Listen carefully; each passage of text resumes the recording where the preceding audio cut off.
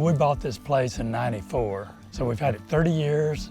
It was 10 years before we were ever able to live here. We got here, there's poor fencing or none. For years I've been thinking of grass feeding, grass finishing beef, but I knew I wanted to do rotational grazing. So I specifically got involved with Mr. Morgan in regards to his grazing management plan. His property is very unique. It has a lot of diversity on it, and he has a lot of unique goals as a producer. Some of them are not necessarily livestock focused, but wildlife focused. And so my job as a grazing specialist is to integrate all of those goals that he has into his livestock grazing plan, so to best facilitate the livestock across the property. Well, when we first got here, I knew we had to do something about the fencing. We didn't have a fence to start with.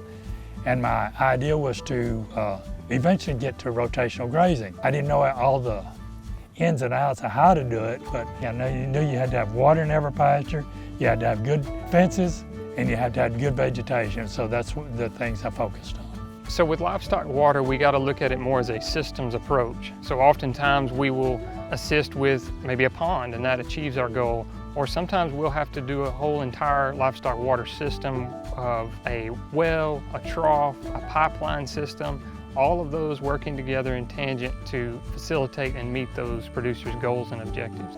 It was really a nice transition to see those cattle loving that cool water. We veered the lines 4 foot deep, so that water is about as cold when it comes into that water trough as it is when it comes out of the well. Then it came to cross fencing. They want you to do it to their specs, which it should be.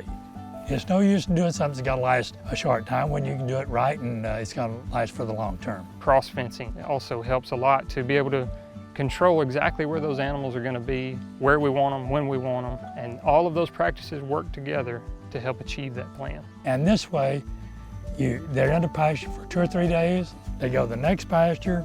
By the time they get through all those 16 or 18 pastures, this grass has had 30 to 40 days of rest.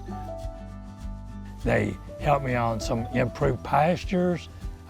We planted, some clover and ryegrass one winter with their program under Equip. He's fully integrated to his property. He's compassionate about the land.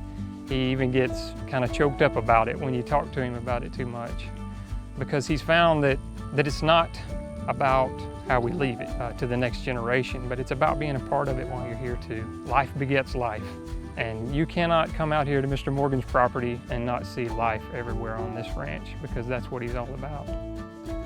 The NRCS isn't just a government agency. They're actually our neighbors and our friends. They're the people I work with, the people I relate to. The government programs you don't have to use all of it, but there are some things there that can actually be a real incentive to get things going and get you started in the right direction.